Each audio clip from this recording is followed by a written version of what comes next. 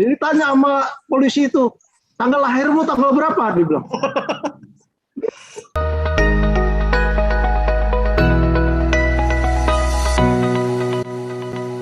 Ya, saya kebetulan Agem saya kebetulan tadi baru nyampe juga dari Bontang, Kalimantan Timur. Sore tadi baru nyampe dan insya Allah bisa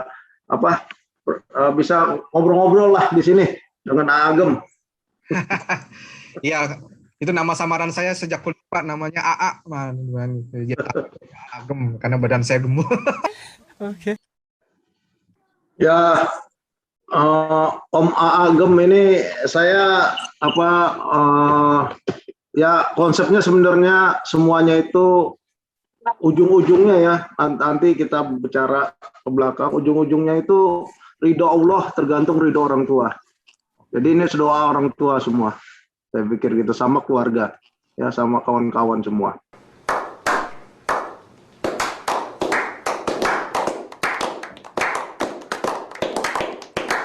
Jadi memang ya saya dilahirkan di Jakarta ya dulu ya. Jakarta, saya sebenarnya dari kecil dari lahir sampai SMA saya di Jakarta.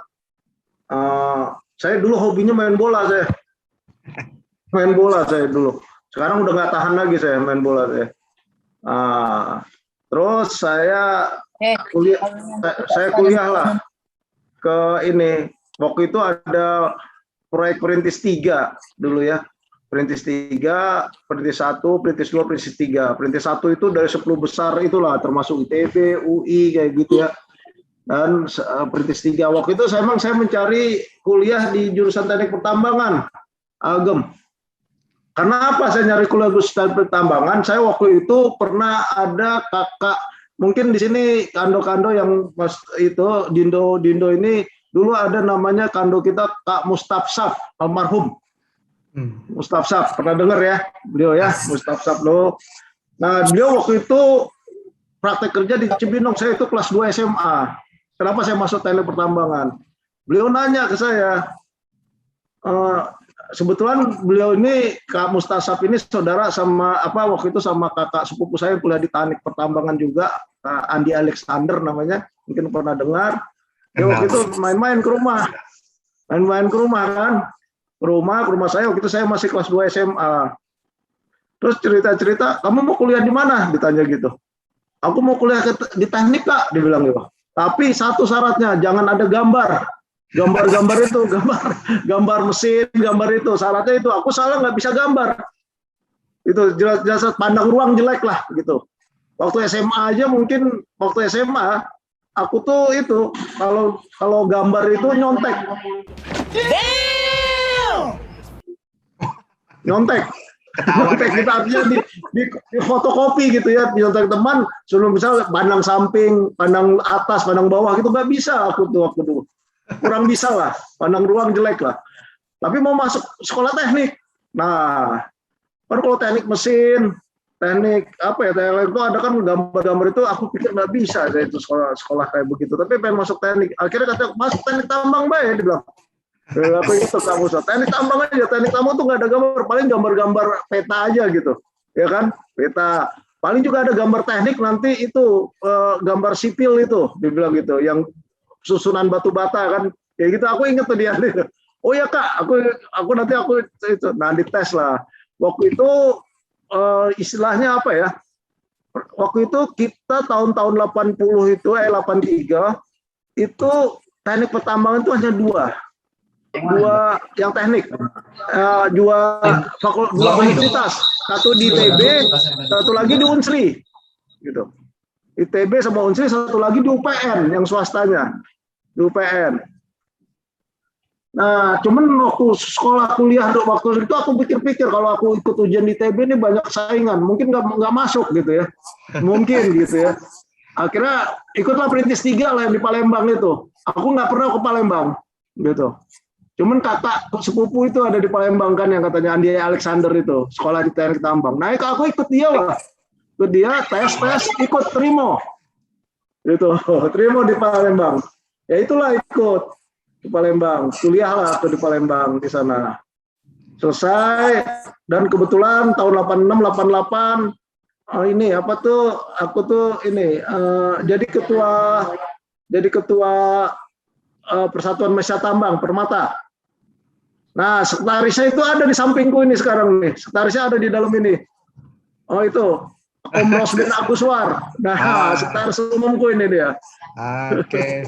Sekretaris umumku itu Rosben Aguswar. Ya. Nah, itulah kita waktu itu berkecimpung di Permata. Dulu tuh aku seneng main bola dulu, waktu kuliah dulu. Nah, itulah kita terus di Permata. Selesai, saya ingat datang bawa pulang selesai kuliah itu ya, selesai kuliah sama ini nih, sama temanku nih Rosben Aguswar nih, naik motor dari Palembang ke Jakarta. Ini tuh ya, naik motor pulang, aku punya motor, naik motor dari Palembang ke Jakarta tuh naik motor sama Rosben berdua ini.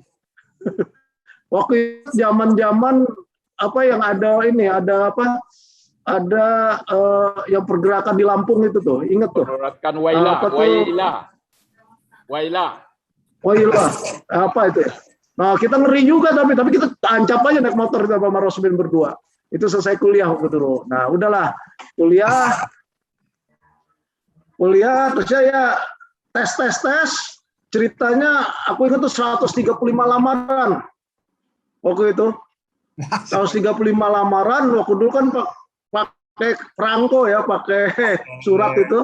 Dikirim lah 103 tiap malam tuh sama Rosben itu bikin lamaran terus itu tiap malam itu. Kita di rumah Ben ya. Banyak sekali kan, Dok. 135 lamaran, pokoknya di mana aja pokoknya kirim, baik yang nggak hubungan dengan tambang. Dulu kan yang tidak berhubungan tambang itu kan cuma sedikit ya ininya ya, apa tuh nggak kayak sekarang ya. Ininya apa tuh kesempatan kerjanya lah kayak begitu. Nah, udah kirim-kirim. Dari 135 itu ya, yang hanya 20 yang dijawab. 20 yang dijawab, dari 20 itu 15 ditolak. Nggak diterima, ditolak gitu. Yang 5 ikut tes. Nah, salah satunya di unit traktor. Di unit traktor, UT terima aku. Terima, kerjalah. Tapi pada saat yang bersamaan, itu dilalahnya gini lah. Yang di saat yang bersamaan, aku juga ikut tes pegawai negeri waktu itu di Kanwil. Milihnya Kanwil Sumatera Barat, tapi diterimanya di Kanwil Aceh. Oh, tapi udah kerja dulu di UT itu 3 minggu tuh. Udah kerja dipanggil tes, tapi aku mikir-mikir di Aceh nanti nggak balik-balik nih gitu. Kira-kira dia di sana terus. Akhirnya aku tetap aja di UT, gitulah kira-kira. Kerjalah di Site Petambang Penanjung itu kira-kira. Nah sekarang yang divisi rental and mining itu jadi PT Pama Persada Nusantara itu. Gitu ya. Itu namanya dulu PT Pama sekarang ini dulu divisi rental and mining-nya ini apa namanya unit traktor ya. Unit traktor gitu. Nah, sekarang jadi PT Pama Persada Nusantara dia itu. Itu kira-kira. Jadi kontraktor pertambangan batu bara ya banyak ya di bidang itu ya kira-kira. Itu alasan pindah ke Pertamina apa kan Pak Eka? Nah, alasannya apa? Ada ceritanya. Kan ada ceritanya itu. Udah ditambang tiba-tiba pindah ke minyak. Nah, mungkin bisa cerita. Perminyakan. Apa uangnya besar di minyak ya Pak ya? Kenapa dinonton kok putus-putus ya suaranya? Halo, jelas Pak Eka Rija? Ya jelas sekarang. Oke. Kenapa alasan Pak Eka Rija pindah ke Pertamina nih, ke minyak ini? Halo.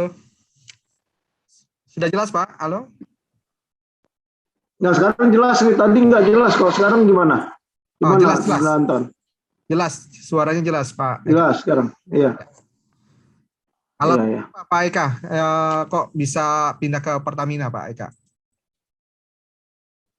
Ya itu ada ceritanya ya, mungkin ini ada sedikit. Maka yang saya katakan tadi ridho Allah tergantung ridho orang tua. Yang awal-awal tadi ya saya ngomong. Ini ada ceritanya. Jadi saya waktu itu tahun 91 itu udah selesai di proyek di Tambang Penanjung. Itu saya mau dipindahkan ke Sangatta. Waktu itu udah keluar SK saya tuh pindah Sangatta gitu ya. Nah cuman waktu itu kan proyek Tabawi kita mampir dulu ke Jakarta kan, di kantor pusat dulu di Pulau Gadung, kantor pusatnya UT. Nah saat itu entah bagaimana, saat itu ada pengumuman di Pertamina yang dilihat oleh ayah saya. Oleh ayah saya pengumuman apa, dia ayah saya nanya ke saya gini, kamu ini kok nggak mau ini ya, nggak mau tes nggak di Pertamina ini? Terus saya bilang, ya sudahlah, saya nggak sama aja, saya tetap aja di UT, saya bilang gitu. Saya bilang, saya nggak ini, saya nggak berminat, saya bilang gitu ke Pertamina gitu. Itu saya sampai ngomong itu ke ayah saya. Terus 3 hari lah berturut-turut ayah saya ngomong gitu terus. Ini kan ada nih, coba tes. Saya bilang, enggak lah ya. Saya bilang, nah saya waktu itu udah mau berangkat ke Sangatta tahun 91. Bayangkan mungkin teman-teman Sangatta mungkin ada di sini ya, teman-teman Sangatta. Tahun 91 itu ke Sangatta itu pakai ketinting katanya. Nggak ada jalan darat, pakai ketinting lewat sungai, kata kawan-kawan yang pernah ke Sangatta. Kita kerja sebagai kontraktor lah di situ, kontraktornya atas nama KPC, tetapi kerja di UT, unit traktor gitu ya. Nah setelah itu saya ini cerita ini aja, entah mengapa ya, saat saya mau berangkat, tiba-tiba atasan saya pada waktu itu mengatakan, Kak, kamu nggak usah berangkat dulu ke Sangatta, dia bilang, kamu bantu dulu kerja di Jakarta, dia bilang. Teman-teman yang lain pada berangkat, saya nggak berangkat. Cuman saya itu waktu itu resah, ngapain saya kerja di Jakarta? Saya kan orang operasi kayaknya gitu ya, nggak enak gitu kerja di kantor gitu ya.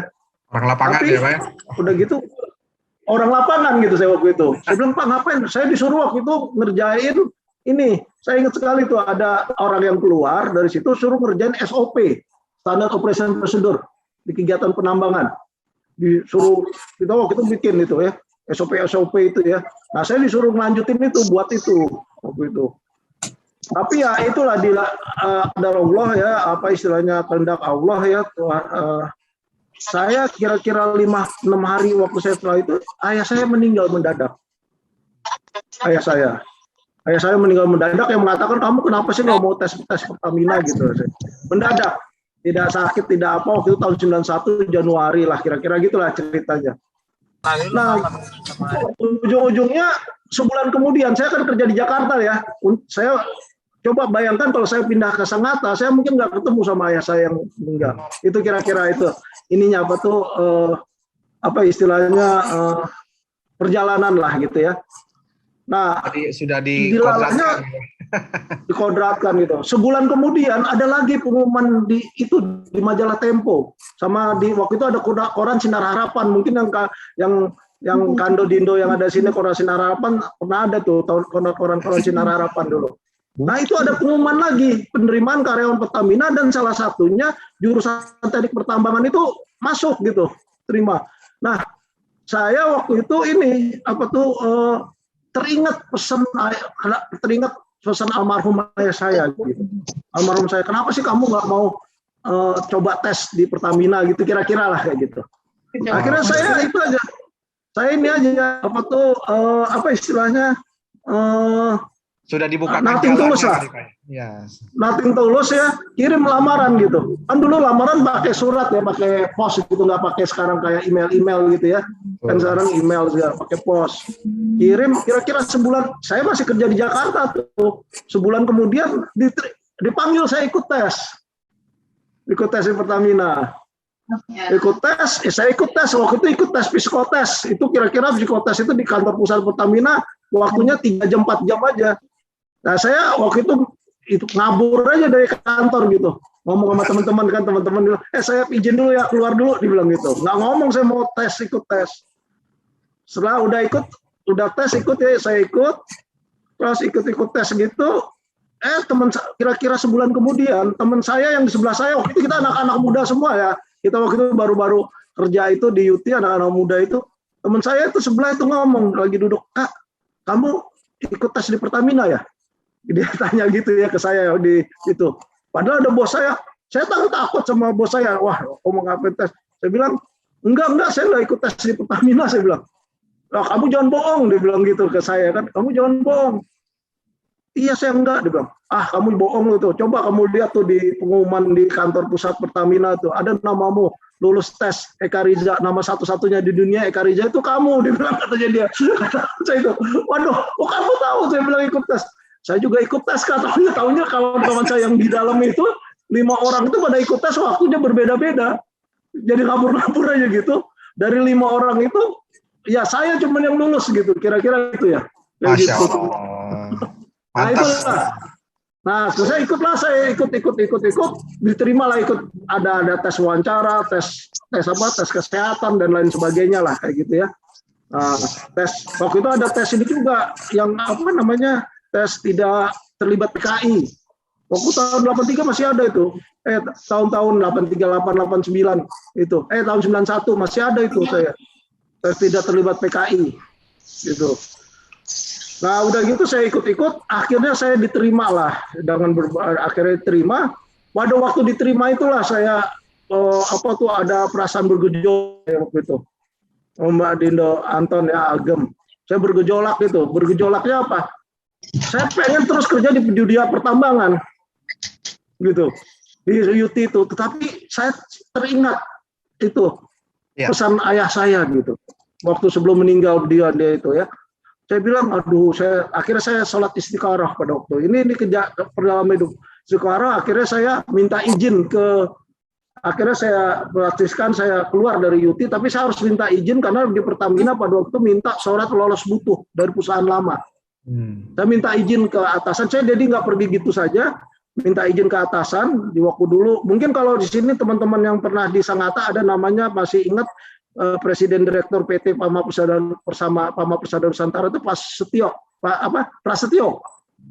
Dia tuh dulu kepala divisi di rental. Ini saya minta izin ke dia, terus dia ceritakan dan lain sebagainya. Akhirnya dia mengeluarkan surat izin. Saya bilang saya mau masuk Pertamina, saya perlihatkan lah.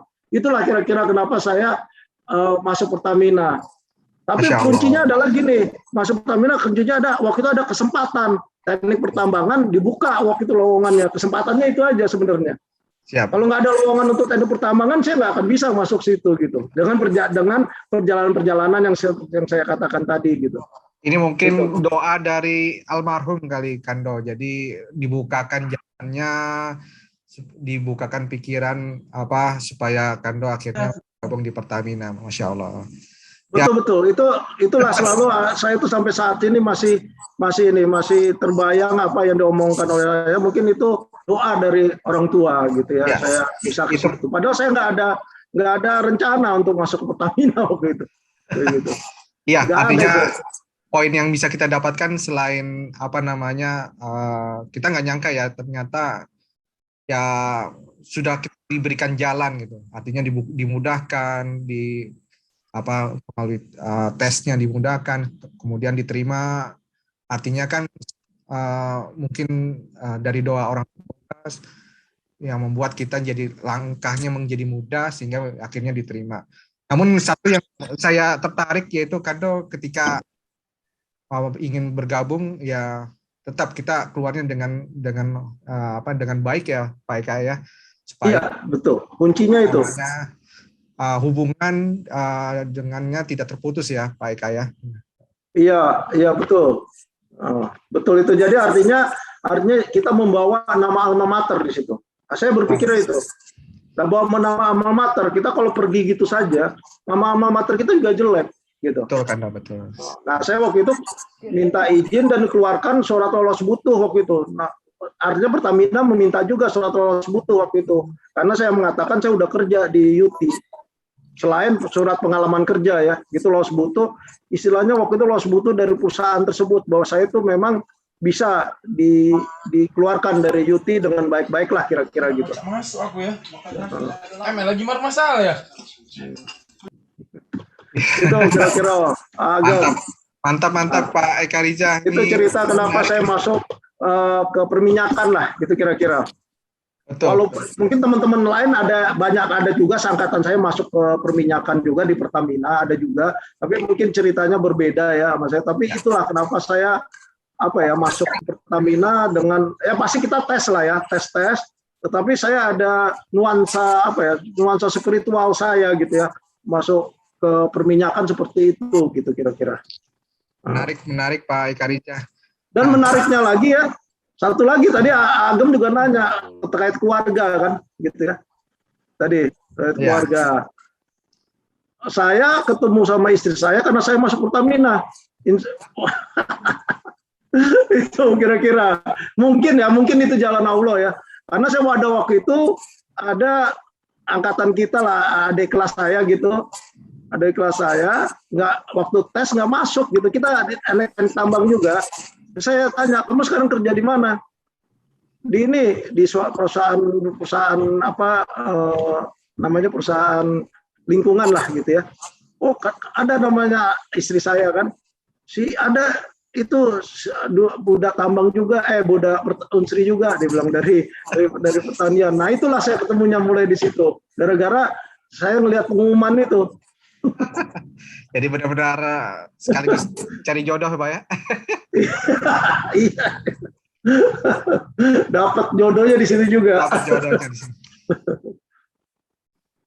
Oke, Pak Eka Reza nih, kalau lihat dari karirnya cukup panjang prosesnya ya, dari pengawas kemudian sempat di juga Cirebon, kemudian kembali ke Sumatera.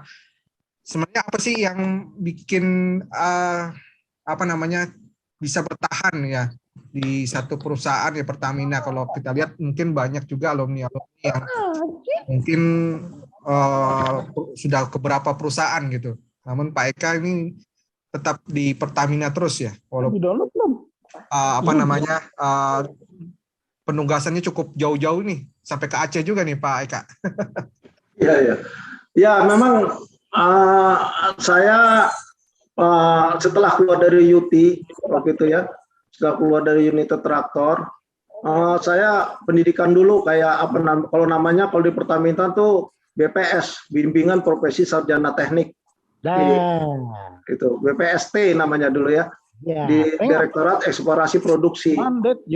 Nah, kita belajar dulu. Bayangkan, walaupun kita waktu zaman saya kuliah, angkatan saya, mungkin angkatan Rosben juga ini sama-sama, kita belajar minyak waktu itu, belajar perminyakan. Itu sampai 6 semester kalau nggak salah. Pertama biologi minyak, terus teknik pemboran, teknik produksi, kita belajar. Waktu itu yang ngajar siapa? Orang-orang Pertamina di Pelaju. Kita datang ke Unri, atau kita datang ke diklatnya Pelaju sana, kuliahnya sama mereka gitu.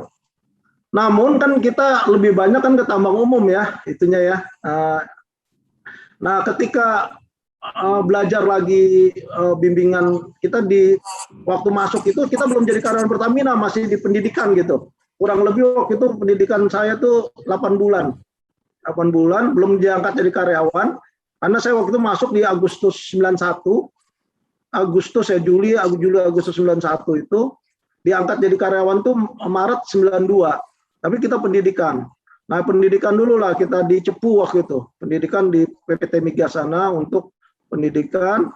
Nah, baru diangkat 92. Nah, waktu 92 saya langsung ditempatkan juga di lapangan Cepu, di Kawengan, di RIK saya waktu itu. Istilahnya kami kalau dari perminyakan tuh work over well service. Jadi saya megang waktu dulu jadi operator juga dia. Segala saya operator, jadi pengawas yang itu megang itu RIK itu, pengawas perawatan sumur namanya. Sumur itu megang RIK gitu. Nah, saya di Cepu itu kurang lebih hampir 3 tahun. 94 saya pindah ke Indramayu sana, ke daerah Subang, sampai ke itu saya waktu itu di operasi produksi namanya, di operasi produksi. Nah, tahun 2001 saya pindah ke rantau, Kuala Simpang, Aceh, Tamiang.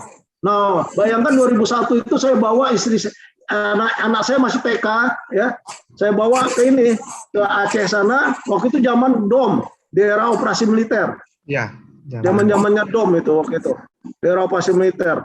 Tapi ya gini ya, saya berpikir waktu itu, kalau saat itu ya kalau kita orang dari luar Aceh datang masuk Aceh rasanya takut gitu, tapi ketika udah masuk biasa saja gitu, rasanya biasa saja kita di sana. Kita bergaul dengan masyarakat di sana, kuncinya sih itu bergaul dengan masyarakat di sana, dan jadi jadi bisa membaurlah kita dengan masyarakat di sana gitu, dengan teman-teman di Aceh sana, di Aceh Tamiang waktu itu. Saya 5 tahun di sana. 2006 saya pindah ke Prabu Mulih. 2006. Prabu Mulih Sumatera Selatan sampai 2011. 2011 saya pindah lagi ke Jakarta. Nah 2 tahun itulah saya di Jakarta. Tapi saya 2 tahun itu Jakarta kan selama ini saya di daerah tur sejak kuliah tahun 83 ya.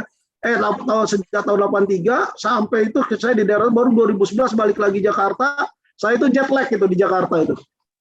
Jet lag pulang pergi kerja. Macet kan di Jakarta tuh. Kalau kita di daerah itu pulang pergi kerja enak aja gitu. Ya. Nah, namun 2013 saya pindah lagi ke daerah, ke Pendopo sana. Sekarang Kabupaten Muara Enim, Kabupaten Pali situ, Pendopo. Warga dibawa juga Pak Eka? Warga dibawa. Maaf.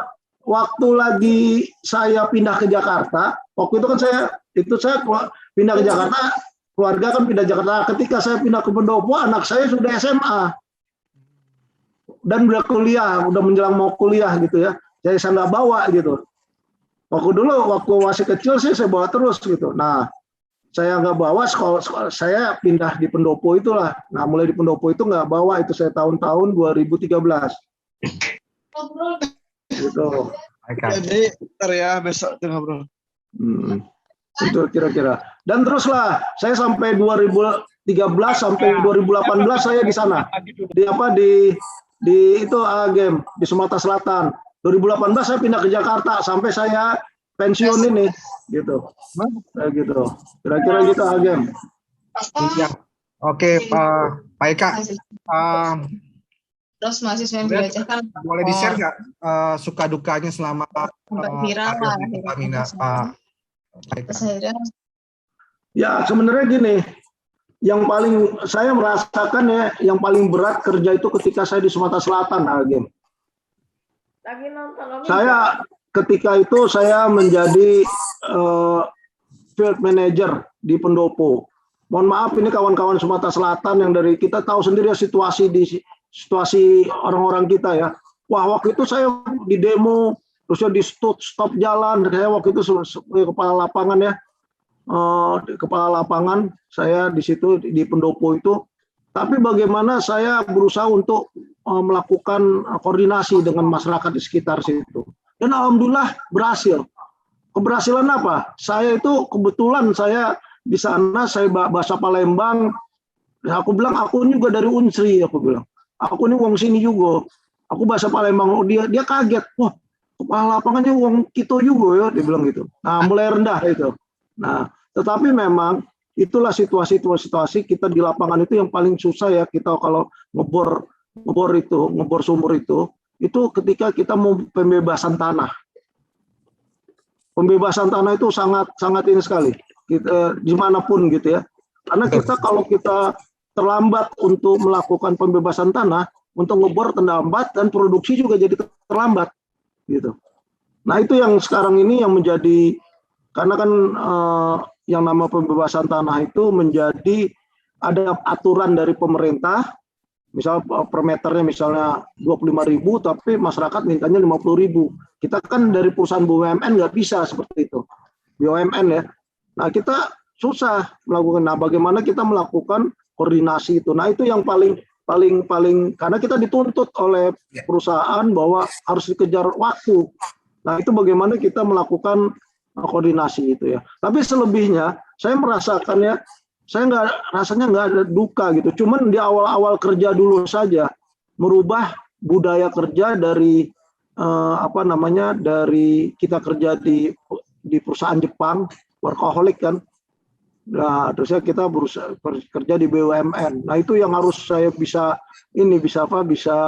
adaptasi ya. Adaptasi gitu. Kayak gitu, ada adaptasi gitu. Bagaimana adaptasinya? Tapi alhamdulillah ya. Sampai sekarang dengan perjalanan perjalanan kerja dengan ditunjang oleh kerelaan keluarga ya, banyak ditinggal ya keluarga. kita akan ke lokasi dan lain sebagainya gitu ya. Karena kan kalau di Pertamina itu bukan on off gitu. Jadi kita ada rumah di sekitar tempat kita tinggal di situ sama keluarga. Ada kalau perusahaan, pada umumnya kalau perusahaan-perusahaan asing ya on off. Misalnya dia tinggalnya di Jakarta, kerja 3 minggu, terus ya ke rumah seminggu kayak begitu kan, kayak gitu kira-kira. Tapi kalau di Pertamina yang udah EP itu kita dikasih rumah dinas, tinggal di sana. Jadi mau nggak mau keluarga kita bawa, kalau nggak kita nggak ketemu keluarga gitu. Itu kira-kira. Gitu. Iya, menarik Pak Eka Riza ya. Jadi sepertinya perjalanannya ketika karena pengalaman dari Pak Eka lebih banyak di lapangan juga. Jadi ketika bertemu dengan masyarakat, apalagi dengan pemilik lahan, sepertinya sudah cair ya Pak Eka ya. Apalagi kalau berasal dari daerah Sumatera Selatan, jadi lancar prosesnya Pak Eka ya. Ya, insya Allah kayak begitulah. Tapi semuanya itu kan pada dasarnya kita di mana tempat, istilah saya tuh di mana bumi dipijak, di sana langit dijunjung. Ya, betul. Itu dimanapun tempat kita bekerja, kita harus bisa berusaha untuk melakukan koordinasi dan komunikasi tempat kita dengan berpindah-pindah kita. Cuman ada satu sekarang Agem berubah itu apa istilahnya, pantun tersebut berubah sekarang. Bukan di mana bumi dipijak, di sana langit dijunjung. Di mana bumi dipijak, di sana kita berfoto. Selfie ya. Selfie. Di mana posisi langsung ambil foto, swafoto ya. Waduh, lapor ke keluarga sudah di sini. Ini menarik nih. Di sini sudah lebih dari 80 orang ya. Tadi sempat sampai 90. Sepertinya ada wajah-wajah baru yang nggak saya kenal ini ya. Mungkin adik-adik yang baru lulus ataupun adik-adik yang masih mahasiswa. Izin nih kalau mohon maaf ini dari mana ini ya? Sepertinya banyak yang nggak saya kenal ya. Apakah dari dari Unsri atau dari kampus lain ya? Mungkin saya coba minta dari timnya Pak. Rambutnya pada botak semua ini. Botak semua ini. Ini pada acara apa ini? Ini dari Akamigas ya? Atau dari mana ini? Sepertinya satu rombongan timnya Pak Kemas ini ya, Pak Kemas Ade ya. Siap, mohon kenalan Pak. Oh boleh kenalan, silakan. Siapa ini? Saya Yohanes Tetunis Payung, Ketua Angkatan 2021 Teknik Pertambangan Universitas Sriwijaya Pak. Kami dari Angkatan ini Pak. Oh Masya Allah, ini baru di ospek ya? Aduh, kasihan dah. Oh, Mas Irfan udah ketawa-tawa nih, berarti benar nih anak-anak ospeknya. Selamat bergabung ya. Bisa ketemu dengan adik-adik dan di sini juga sharing langsung dengan alumni ya, ketuanya Pak Eka Riza, jadi bisa kenalan. Oke. Nah, ini untuk adik-adik tambang yang belum masih kuliah nih Pak Eka Riza, ada pesan nggak kira-kira buat mereka ini supaya apakah memilih tambang atau milih minyak? Nah, kan sudah ada jurusannya. Ya, baik. Kalau untuk adik-adik mahasiswa yang kuliah sekarang, kuncinya adalah yang penting kalian selesai kuliah, jangan putus di tengah jalan. Ya, kuncinya itu. Dan usahakan IPK-nya di atas 3. Wah, IPK-nya. Kenapa saya ngomong gitu? Usahakan. Karena apa? Sekarang ini syarat administrasi kalau kita lihat ya, saya sering baca-baca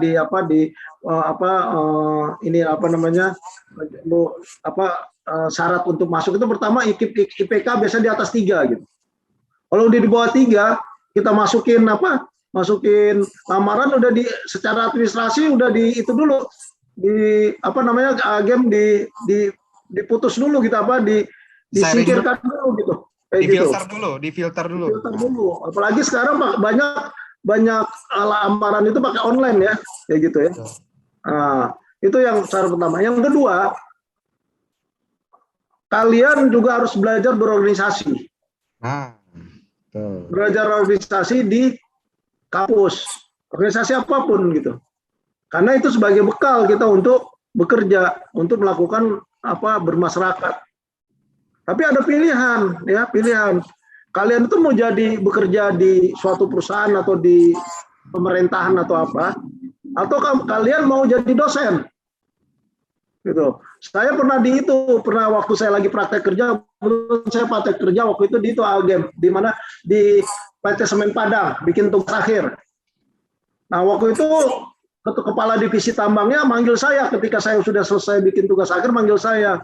Dia tanya, Eka, kamu nanti selesai kuliah mau jadi dosen atau mau jadi bekerja di suatu perusahaan atau di pemerintahan? Dia bilang gitu.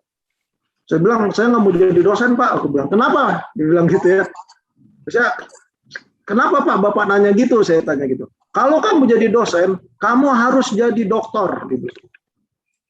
Gitu, satu. Kalau kamu menjadi dosen, cita-cita kamu harus jadi dokter dan kamu harus jadi profesor. Itu dia ngomong. Gitu. Artinya apa? Harus banyak kamu melakukan istilahnya bikin makalah dan lain sebagainya lah gitu ya. Harus jadi dokter. Tapi kalau kamu mau kerja di suatu perusahaan, kamu harus tahu dengan organisasi. Itu dia saya ingat itu. Rosben juga sama saya waktu itu praktek kerjanya tuh. Pak Mustamir Darwis, Om Rosben, ingat tak? Insinyur Mustamir Darwis. Gitu. Dia ngomong gitu, jadi untuk mahasiswa yang baru-baru ini, saya belajar organisasi di dalam, tapi harus cepat selesai kuliahnya sekarang. Karena kan kalau nggak salah di Unsri itu harus 5 tahun ya, Algem ya, ya adik-adik ya, adik-adik 5 tahun. Gitu. Saya masih waktu kerja di Padang, saya masih sempat ketemu dengan Mustamir Darwis waktu saya sudah melakukan pengawasan ke Semen Padang begitu. Nah itu dia.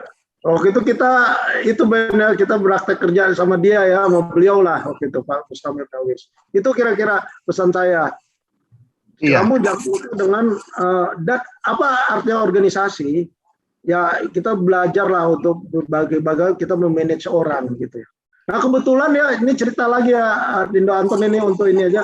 Kebetulan saya senang berorganisasi. Saya dari SD itu ketua kelas terus, SMP ketua kelas, SMA ketua kelas. Waktu kuliah jadi ketua himpunan. Jadi itu, saya kadang senang dari organisasi saja gitu. Artinya organisasi untuk inilah, untuk ya menjadi ini ya itu menjadi apa namanya pegangan saya ya. Motivasi ya Pak. Waktu saya bekerja gitu, bekerja dimanapun. Itu kira-kira. Menarik ya adik-adik yang ada di sini nih, yang kepalanya pelontos-pelontos. Ya, jangan tuh udah dikasih kuncinya tuh. Harus IPK-nya di atas 3, harus kuliah cepat, tapi jangan lupa organisasi. Nah, ya. Jangan kutu buku ya, jangan sekedar belajar, tapi satu yang lupa yaitu organisasi. Karena organisasi sangat banyak manfaatnya. Kalau lihat di sini senior-senior yang lain juga sama adalah mantan-mantan dari organisasi ya, baik dari himpunan maupun dari fakultas ataupun yang lain, itu banyak sukses juga. Ya, itu bekal bagi kita semua. Jadi jangan, kalau lihat sih anak sekarang pengen cepat lulus tapi organisasinya lupa. Nah, jangan kayak gitu ya. Setuju ya? Nah, sekarang saya membuka 2 pertanyaan nih dari adik-adik 1 dan juga dari alumni yang lain 1. Silakan yang mau bertanya langsung dengan Pak Eka Rija, kami persilakan. 1 orang dari adik-adik yang kepala pelontos ini, dan 1 lagi dari yang sudah senior. Silakan. Ada yang mau angkat tangan ini ya? Silakan, ada yang mau bertanya untuk Pak Eka?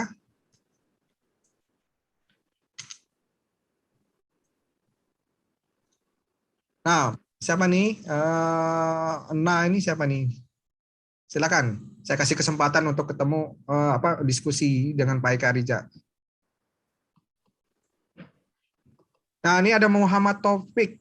Silakan Pak Muhammad Taufik dulu apa namanya mau bertanya nih. Silakan langsung dibuka Muhammad Taufik.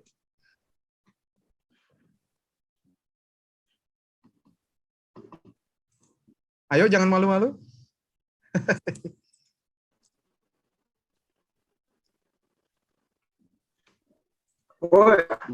Woi, baik kawan saya itu. Silakan Pak. Silakan satu pertanyaan dari Pak. Ya, senang aja begitu buka WA. Wih, ada sahabat kita Juragan Eka Rija nih. Jadi saya baru pulang dari masjid langsung buka. Wah, seru. Jadi ya tertarik lah sama temen kita Bang Eka Rija nih. Jadi panutan buat kita dengan terakhir kita ketemu makan di ini ya, di Rasuna ya, Bang Eka ya? Iya, ini Agem. Ini teman-teman, ini Bang Nana ini teman saya SMA. Oh, Masya Allah. Makanya saya masih wah ini teman saya SMA nih. Boleh kenalan dikit dong Pak Nana dari apa biar adik-adik yang ada di sini bisa kenalan juga Pak Nana mungkin sedikit.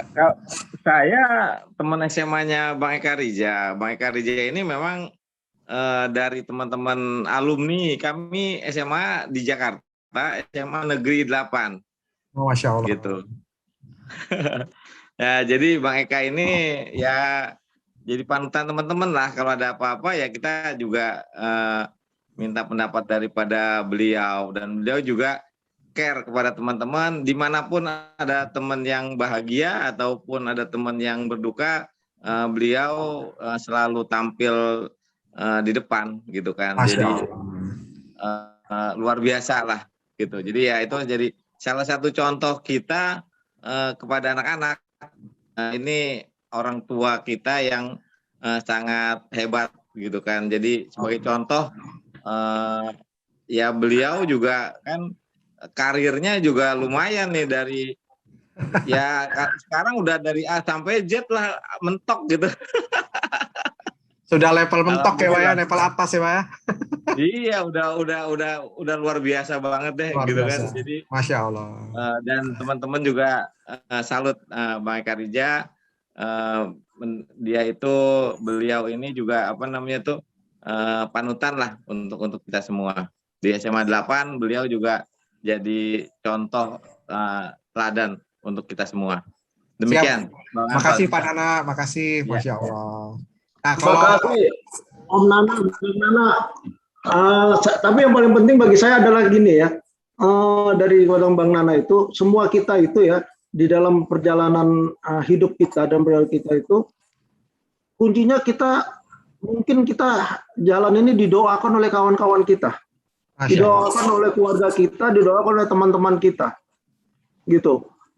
Mungkin kita nggak pinter ya, saya merasa nggak pinter, tapi mungkin ini karena doa dari seluruh pihak gitu yang kuncinya kita jangan jangan apa istilahnya menyakiti hati orang. Masya Allah. Nah, itu kita didoakan oleh, mungkin saya didoakan kayak gini oleh teman-teman gitu, bukan karena saya gitu. Itu kira-kira didoakan oleh teman-teman itu. Pun mungkin ada satu kesempatan jangan nggak bisa hadir karena kesempatan, tapi ya kita bilang kita mohon nggak hadir kayak gitu ya artinya. Tapi artinya saya merasakan itu ya Agem ya teman-teman ini, saya seperti ini karena pertama ya kita orang tua tadi ya, ridho Allah orang tua, tapi doa dari orang-orang sekitar kita. Gitu. Masya Allah. Doa seorang itu. Itu kira-kira. Siap. Mungkin kita sehat segala itu, dan saya juga berkebalikan, kita sama-sama mendoakan kawan-kawan kita kayak gitu kira-kira. Nah, nih satu lagi teman seperjuangan nih Pak Rosben, mungkin ada cerita sedikit kan nih dari Pak Eka Riza, mungkin dulu ada bandelnya nggak Pak? Kita korek-korek aja nih sekarang nih, mumpung ada di sini. Saya dengan Eka Rija, kami selalu bersama Karena apa? Saya tidak punya kendaraan, Eka Rija punya kendaraan, saya nebeng terus dengan beliau. Saya nebeng terus dengan beliau, tapi banyak hal yang kita kerjakan bersama. Mungkin Eka masih ingat waktu kita menyusun ADART-nya Permato, kita menyusun 4 atau 5 paragraf, preambulnya itu berdebatnya sampai pagi. Ingat Eka? Kita berdebatnya sampai pagi. Saya ingat siapa itu orang tua teman kita itu yang mengatakan, wah ini sama dengan anggota DPRD membuat konstituante membuat undang-undang. Itu hanya kita bikin beberapa paragraf di dalam pembukaan. Nah, tapi debatnya itu sampai pagi. Itu kira-kira yang saya ingat dengan Eka, dan kita ya rasanya tidak ada hal-hal yang aneh yang kita lakukan, tapi kita lebih banyak belajar dan berorganisasi begitu. Organisasi sama-sama di kampus dengan Eka, sama-sama di Permato. Juga saya waktu itu aktif di Karang Taruna, di kali-kali dekat dengan sering pergi dengan Eka Rija, pokoknya kalau pergi bareng begitu. Itu aja yang saya ingat. Terima kasih Eka Rija. Uniknya nih saya sama Rosben, saya sampai saat ini itu sama Rosben tuh kawan-kawan yang lama-lama dulu, mana pacarmu, dia bilang gitu. Jadi saya dikatakan pacaran sama Rosben gitu. Saking kemana-mana sama Om Rosben waktu saya masa kuliah dulu ya. Tapi sekarang beliau sudah jadi asisten sekda di Abu Beliau mudah-mudahan. Suatu hal lagi Eka Rija, Bapak Nawawi Mahmud, dekan kita waktu itu, waktu kita menghadap begitu. Bilang kita 2 beradik, kamu 2 beradik ya? Kita jawab, betul Pak, beda bapak lain mak gitu kan. Masya Allah. Kalau dibilang 2 beradik itu ya, game ini ada suatu saya baru teringat nih, polisi kita pernah kibulin, polisi Ben, ingat nggak Ben? Polisi. Masya Allah. Jadi kita waktu itu di Jakarta, waktu baru nyampe Jakarta, motor kita naik motor berdua. Nah Rosben ini nggak punya SIM. Wah, saya punya SIM, tapi waktu itu Rosben yang bawa. Dia stop polisi. Kita di stop polisi. Waduh Ben, ini gimana? Saya langsung ngeluarin SIM saya, suruh kasih ke Rosben, gitu ya. Tapi kita waktu itu pakai Rosben, pakai kita. Terusnya dia lihat foto SIM saya itu. Langsung ditanya, dia mungkin ragu ya, karena saya ngasih SIM ke Rosben, kenapa saya kasih Rosben? Jadi tanya sama polisi itu, tanggal lahirmu tanggal berapa? Dia bilang. Ke Rosben itu. Rosben tanggal sekian gitu. Oh ya bener ya udah. Jadi dia ngelihat itu, dia ragu. Itu agak malam Ben ya, setelah maghrib itu ya. Habis Isa di depan. Di depan Kejaksaan Kota Jakarta Selatan. Iya, sampai sekarang juga masih banyak polisi di situ. Masya Allah. Itu, tapi karena jadi, mungkin saya kasih sama kali ya Pak Eka ya, jadi mungkin face-nya sama. Jadi sekarang lihat aja nih sekarang di Zoom ini, itu mirip-mirip kan itunya, apa tuh? Rambutnya.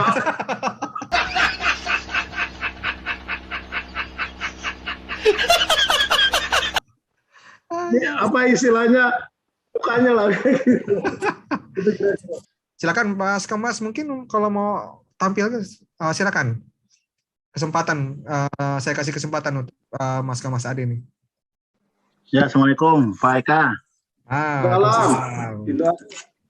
Ya tadi Pak pertanyaannya Pak Eka kan banyak posisi-posisi strategis yang Pak Eka bisa pernah ikuti, mulai dari senior vice president di Pertamina, juga terakhir di PHE dan di Badak gitu Pak.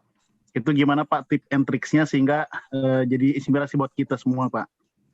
konteks di sini kerja ya Pak ya, kita sebagai karyawan di perusahaan atau di lembaga. Itu aja Pak, makasih Pak. Baik. Yang pasti saya selama ini kerja di situ adalah dengan 4 konsep. Saya kerja itu 4 konsep. Pertama, kita kerja dengan amanah. Jangan lupa beribadah, berdoa, dan bersyukur. Nah, amanah ini kan luas ya. Artinya paling kuncinya adalah kita berintegritas, gitu ya. Di samping berintegritas, biasanya di suatu perusahaan orang akan melihat ke situ dulu. Punya integritas nggak dia? Gitu. Nah, baru dilihat bagaimana dia bekerja. Gitu. Sekarang itu coba perhatikan ya, bagaimana dia bekerja. Artinya dalam bekerja itu bisa mencapai target enggak? Mungkin yang Bapak adik-adik di sini atau Kando Dindo yang ada di sini, bagaimana kita bisa mencapai target dengan membawa tim kita bersama-sama kita. Nah, selanjutnya saya punya prinsip kalau kita mau naik ke atas jangan juga istilahnya menjelek-jelekan orang lain. Good job. Gitu. Itu kuncinya. Nah, orang akan melihat, atasan kita akan lihat ke kita gitu. Kerjakanlah apa yang bisa kita kerjakan sesuai dengan SOP yang ada. Kalau di perusahaan ya, lain dengan perusahaan-perusahaan milik sendiri kan, itu kita bekerja dengan orang lain ini kan ya. Terus bagaimana kita bisa mencapai target dari target-target perusahaan yang telah dicapai oleh kita, yang diminta ke kita. Tetapi kuncinya adalah kita memanage orang. Saya selalu memanage orang untuk bisa mencapai target yang kita harapkan, gitu. Nah, sebenarnya setelah itu terserah atasan yang lihat gitu. Saya nggak pernah selalu bagaimana, selalu atasan aja yang lihat gitu. Orang-orang pasti kayak begitu, di pemerintahan juga kayak begitu ya. Atasan melihat bagaimana kita ditempatkan seperti apa. Dan kuncinya juga saya ditempatkan di suatu tempat nggak pernah nolak gitu. Nah itu barangkali ya, nggak pernah nolak saya. Siap. Mau dimanapun, mau ditaruh di mana, sampai saya waktu itu ke daerah operasi militer takut kita ke sana dulu. Tapi nggak pernah nolak, itu saya ditaruh dimanapun nggak pernah nolak. Artinya begini, kunci ujung-ujungnya bagaimana kita bisa melakukan kerjasama dengan stakeholder, ada dengan internal maupun eksternal. Karena mungkin orang-orang di luar kita yang mempromosikan kita, gitu. Mungkin saya juga saya merasakan itu. Mungkin saya tidak melakukan apa-apa, tapi orang-orang di luar kita ngomong sama manajemen. Seka tuh kayak begini. Gitu. Mungkin ya. Kuncinya saya bilang kan jangan kita menyakiti hati orang lain. Gitu. Apa yang bisa kita bantu, kita bantu. Dalam arti kata sesuai dengan role yang ada, peraturan yang ada, usaha yang ada. Kalau kita nggak bisa, usahakan jangan. Nah, saya ada kunci, mungkin ini bisa jelek, bisa bagus bagi kawan-kawan ya. Saya selalu, misal saya punya tim gitu ya. Saya punya tim. Ini bisa ada orang yang berbeda pendapat barangkali, tapi kalau saya lakukan, kalau ada orang mengatakan, Pak, ini kita harus melakukan X, Y, Z gitu. Hati saya tuh saya bilang nggak bisa. Hati saya katakan nggak mungkin lah kita melakukan X, Y, Z gitu ya. Tapi saya tidak langsung di depan dia melakukan kata-kata dia, iya nanti kita pikirkan. Saya langsung ngomong gitu. Artinya dia usulan mereka itu, usulan tim kita itu kita terima dulu gitu. Baru kita bicarakan nanti. Jangan langsung XYZ, nggak bisa dibilang gitu. Nggak bisa. Nah itu dia jadi ini ya. Walaupun jadi dia jadi gimana ya, agak marah sama kita lah kayak gitu. Tapi kita katakan walaupun kita tahu kita akan nggak ngambil XYZ itu, tapi ya mari kita bicarakan, nanti kita bicarakan lagi, kita ambil dulu, kita telaah, baru kita ini. Nah kuncinya itu selalu saya begitu. Tapi mungkin ada lain sistemnya. Kalau sistem saya seperti itu, sistem saya di dalam kita melakukan teamwork terhadap tim saya. Terhadap anak buah saya kayak begitu ya. Terhadap atasan saya juga gitu. Kalau atasan saya misalnya menyuruh saya X, Pak ini Pak, terus dia katakan nggak bisa langsung. Kita juga jangan kecil hati gitu. Nah itu saya nggak kecil hati ya. Nanti mungkin bisa aja kan saya punya atasan, saya punya bawahan, saya punya teman di samping gitu, di kanan gitu.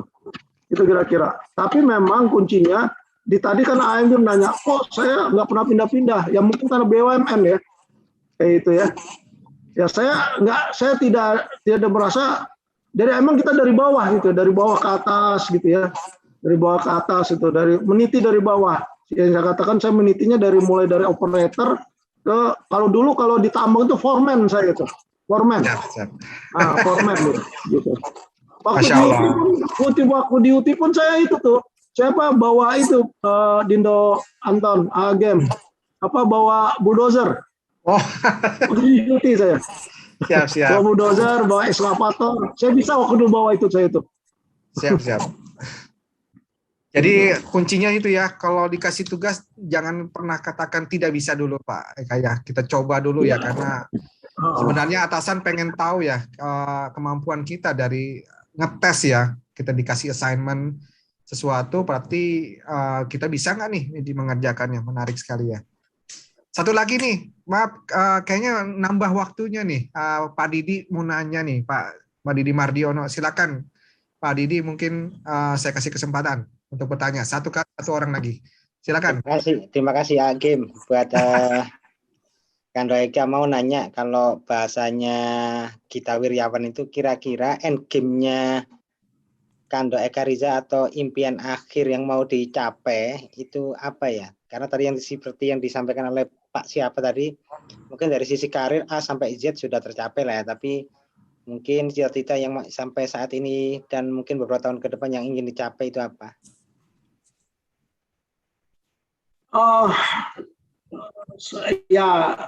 Yang penting bagi saya adalah saya sekarang udah di akhir umur saya itu udah 58 ya. Masuk 58 lah ya. Masuk 58, menjadi 58. Kebetulan kalau 56 itu udah pensiun dari perusahaan kayak 56. Sebenarnya saya secara karyawan sudah pensiun dari Pertamina, namun saya diminta untuk tetap menjadi komisaris utama di PT Badak LNG yang tempatnya di Kaltim. Tetapi dari sisi karir itulah, dari sisi apa yang saya harapkan, yang paling penting saya bisa sehat, gitu, sehat, dan anak saya sudah menikah, anak saya cuma satu, gitu ya, udah menikah, mudah-mudahan saya dikaruniai oleh dikaruniai cucu. Nah itu dia, itu saya Dindo Didi. Saya ke depan saya sehat ya. Terus ya kalau ada yang mau sharing-sharing ya saya lakukan, dan mudah-mudahan kami sekeluarga bisa selalu dalam keadaan sehat aja gitu. Dindo Didi itu saya, ini saya. Di dalam menuju ke sana ya kita sekarang ya walaupun lakukanlah yang terbaik terhadap keluarga kita sekarang ini. Saya merasa ada merasa satu hal ya, saya sering meninggalkan keluarga, terutama istri dan anak saya, kayak gitu. Ya waktu saya dinas, gitu. Terutama istri dan anak saya itu, saya sering pisah kan, artinya gitu ya, pisah karena anak saya SMA, karena kita nggak on off ya, saya di Pertamina kerjanya nggak on off gitu, itu kira-kira. Itu Dindo Didi. Tapi saya ingin kenapa? Gimana, Dindo Didi? Lanjut. Ya saya kalau bisa saya berkiprah di mana saya ikutin saja gitu. Ikutin saja apa yang ada. Saya nggak ada itu cerita muluk, tapi untuk duduk di komisaris utama pun saya istilahnya nggak nyangka deh, karena ditugaskan aja oleh perusahaan oleh Pertamina aja di situ kayak gitu. Selama masih bisa bermanfaat kan Do ya. Tapi saya ini kan ya, saya satu hal mungkin Dindo Kando di sini atau kawan-kawan di sini, saya meninggalkan ada satu nih, kebetulan saya baca ini di sini ada yang tahu gitu ya, ini dari Lucky Lukman, ini kayaknya teman saya nih SMA nih, Lucky Lukman ini juga nih. Bang Eka, cerita Museum 3 Prabu Mulihnya dong. Nah, saya waktu selesai dari itu, saya bikin museum 3D migas di sana. Masya Allah. Saya membawa kawan-kawan Dan mungkin ya saya juga kata wali kota Prabu Muli ini satu-satunya di Indonesia yang ada museum 3D migas ini. Museum 3D migas, kalau adik-adik kawan-kawan semua mau ke sana silakan lihat di sana tuh museum 3D migas. Di sana kita bisa, yang saya katakan, di mana bumi dipijak, di sana kita berfoto. Itu dia. Itu dia. Nah itu banyak macam-macam. Jadi kita bikin museum 3D di sana. Kita sekali masuk di sana. Waktu saya jadi GM, saya jadi GM di Pertamina EPAS 2 di tempat-tempat Prabu Muli, saya berpikir waktu itu bagaimana kalau orang-orang di sini bisa tahu dengan kondisi lapangan migas, tapi nggak perlu ke lapangan gitu. Nggak perlu ke lapangan, dia tahu seperti apa. Nah itulah saya waktu itu bersama kawan-kawan lah, kita bikin di museum 3D migas, dan insya Allah sampai sekarang itu bisa jadi tempat belajar lah. Belajar baik pendidikan SD, SMP, SMA juga bisa di situ. Sampai orang kuliah juga bisa ke sana. Bisa lihat. Itu kira-kira. Dan itulah kebanggaan saya. Kebetulan kebanggaan saya di sana itu ketika saya bisa memberikan kenang-kenangan lah. Kenang-kenangan untuk warga khususnya di Sumatera Selatan. Ketika saya berdinas di Sumatera Selatan. Itu istilahnya di mana bumi dijunjung. Itu kira-kira. Terima kasih. Jadi kalau adik-adik yang belum ke Prabu Muli, jangan lupa ya, cari museum 3D-nya Pak Eka Riza. Langsung foto. Baik. Kalau mau lihat di YouTube juga ada tuh, di YouTube. Oh, di YouTube ada. Nanti silakan dilihat di YouTube-nya.